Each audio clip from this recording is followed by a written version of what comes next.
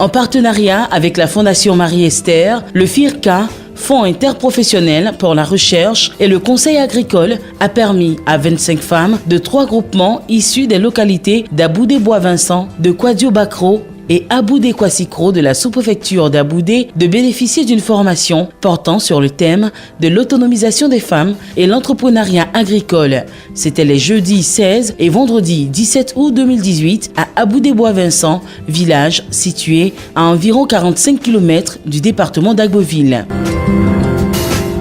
Les femmes rurales sont majoritairement des travailleuses familiales non rémunérées et des agricultrices de subsistance. L'objectif visé par cette formation est de développer en ces femmes le sens de l'entrepreneuriat pour un travail plus productif et rémunéré et d'éveiller en elles des rôles de leader pour être plus participantes de leur propre développement et celui de leur communauté. Madame Georgette Ballier-Zamblé, responsable genre au FIRCA. Notre idée, c'est de faire en sorte que dans le domaine de l'agriculture, les femmes soient impliquées et qu'elles soient fortes, qu'elles soient productives et qu'on puisse compter aussi avec elles dans les chaînes de valeur agricoles. Donc nous avons entrepris de former des groupements de femmes dans plusieurs localités, des femmes du milieu rural, des femmes qui ont déjà l'intention de se mettre en groupement ou qui sont déjà en groupement pour faire d'elles des coopératives fortes de production afin qu'elles puissent devenir autonomes et qu'elles soient de vrais entrepreneurs agricoles.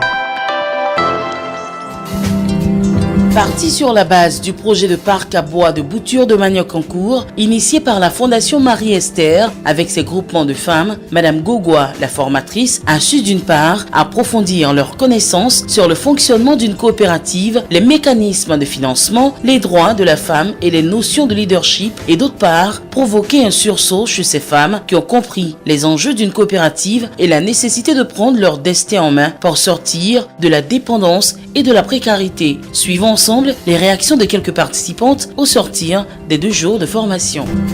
Avant c'est riz, on fait manioc et c'est ce qu'on va continuer à faire. Comme on doit faire pour travailler plus mieux que ce qu'on a fait avant, pour avoir une coopérative demain, là on peut se dépendre nous-mêmes. Nous allons faire une réunion et nous allons mettre de l'argent ensemble. Lorsque nous allons avoir beaucoup d'argent, nous allons prendre cet argent pour réaliser des activités. Nous allons faire des plantations de bananes, des patates, des champs de manioc.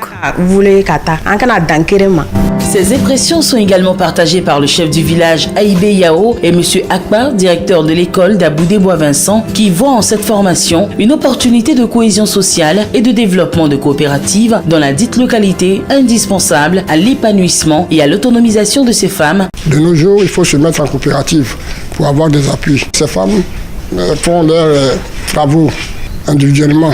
Mais pour avoir des fonds, il est bien qu'elles se mettent ensemble pour pouvoir avoir des fonds et se prendre en charge.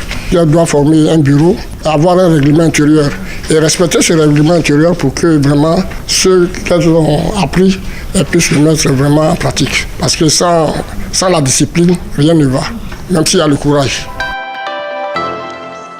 Dans le souci d'une autonomisation définitive des femmes, Madame Georgette Ballier-Zamblé, responsable genre au FIRCA, espère une appropriation et une implication totale des femmes dans la gestion durable de leurs activités.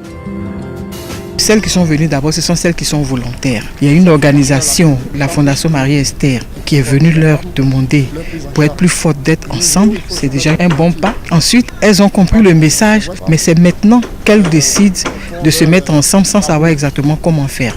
La formation aujourd'hui leur a permis de comprendre comment on se met ensemble, qu'est-ce qu'il faut faire, quelle est sa contribution personnelle, comment faire grandir ce groupement et comment avoir une vision qui permet d'aller vraiment loin. On pense qu'à partir de ces visions qui ont été construites, elles pourront évoluer parce que désormais, elles ne se voient plus comme des petites femmes rurales, mais elles se voient comme des femmes entrepreneurs qui doivent produire de la richesse et s'en sortir, être vraiment autonomes de façon durable.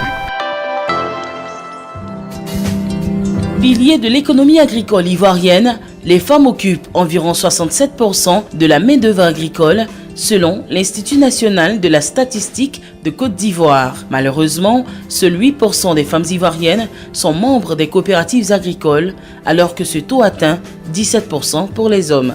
Cette formation a éveillé à coup sûr la conscience des participantes auparavant novices dans la gestion de leurs activités agricoles et de leur destinée. Et dans une perspective de pérennisation de leur groupement, elles sont déterminées à les transformer en entreprises agricoles en vue de redynamiser leurs activités et à mettre en pratique tout ce qu'elles ont appris afin qu'on puisse compter sur elles dans les chaînes de valeurs agricoles.